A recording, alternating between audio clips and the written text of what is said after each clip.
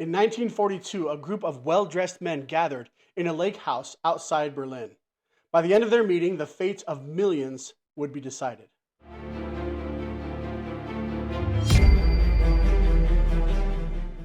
In Andor Season 2, director Krennic holds a similar secret meeting, and it's no accident.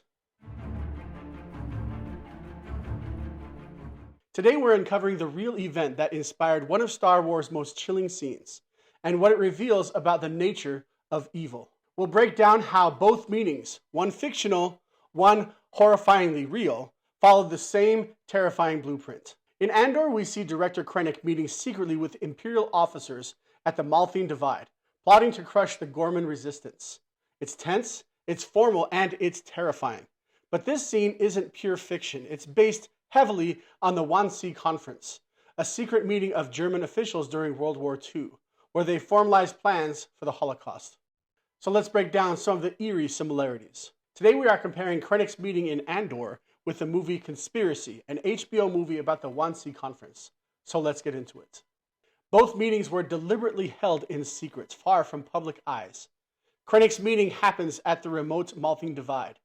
The Wannsee Conference took place at a secluded villa on a lake in Wannsee, outside Berlin. Secrecy wasn't just a precaution, it was central to the power these leaders wielded. There were no official recordings. Krennic gave a chilling speech at the beginning of the meeting about how there are no recordings, no notes, and how the attendees were not there. At Wannsee, while there was a recorder, the official minutes were carefully edited to sanitize what had been discussed, with most original notes destroyed. Both empires understood the importance of hiding their true intentions. And if you think the secrecy and destruction of records was chilling, wait until you hear what happened during the food breaks. That's where the real evil unfolded. Stick around to the end to hear more about that. Both meetings were led by figures everyone else feared. Director Krennic was obsessed with controlling the Death Star project and crushing opposition. Reinhard Heydrich, the Butcher of Prague, played by Kenneth Branagh, was known for his ruthlessness. Neither one of them allowed dissent, only obedience. Neither meeting was operating independently. Krennic answered only to the Emperor. Heydrich was acting on the Führer's direct authority. Every command, every decision was ultimately channeled downward from a single terrifying source. By the time both meetings happened, the decisions were already made. Krennic wasn't really asking whether to crush the Gorman. He was ensuring the plan was executed. We saw this later when Admiral Desar was talking with an unnamed Imperial officer about how there is a new armory being built on Palmo, the capital of Gorman. Heydrich wasn't asking whether to exterminate the Jews, he was organizing the logistics. The meetings were about coordination, not debate. Both meetings had one individual leader to reel in. Dedra was asked to lead the initiative on Gorman, something we learn later. Wilhelm Stuckart at Wannsee was a legalist, someone whose potential objections needed to be managed. Bringing these two individuals on board was key to the respective projects.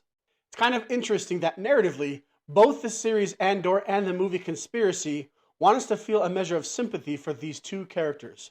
Stuckart facilitated the death of uncounted Jews, and if you are aware of Star Wars canon, then you know that bad things happen on Gorman. And it sounds like Dedra will have a hand in that. But what are your thoughts on these two characters? Let me know in the comments. Now back to Krennic. The mix of personalities was also similar. Some were pure yes-men, eager to climb the ranks to give whatever was needed to the Empire. People like Dr. Gorst and Admiral Desar. Others were thinkers trying to rationalize or adjust a plan to make it seem official or legal. It wasn't just mindless following, it was bureaucratic evil at work. People like Dedra or Major Partagaz. But remember when we talked about the food breaks? Well, in both meetings, real decisions didn't just happen during the formal proceedings. At the Maltheen Divide and at Wannsee, the food breaks were where alliances were built, where the blunt conversations were had. Power dynamics shifted over a casual drink or meal, not a formal speech. Admiral Desar's conversation with the unnamed engineer officer happened during the food break, and in Conspiracy, Stuckart's opposition was quickly quelled while the other attendees were enjoying the food. Even secret meetings are not exempt from other secret conversations. The Star Wars galaxy may be fiction, but it draws from reality in powerful and sometimes horrifying ways. Director Krennic's meeting shows us that true evil often doesn't come from monsters roaring in the dark. It comes from quiet, official rooms where ordinary people follow orders without question. And sadly, history reminds us these meetings happen not in fantasy, but in the real world. And if you found this real-world connection fascinating, hit like and subscribe for more in-depth discussions into the hidden inspirations behind your favorite stories. Which other Star Wars moments do you think were drawn from history? Let me know in the comments. We'll see you next time.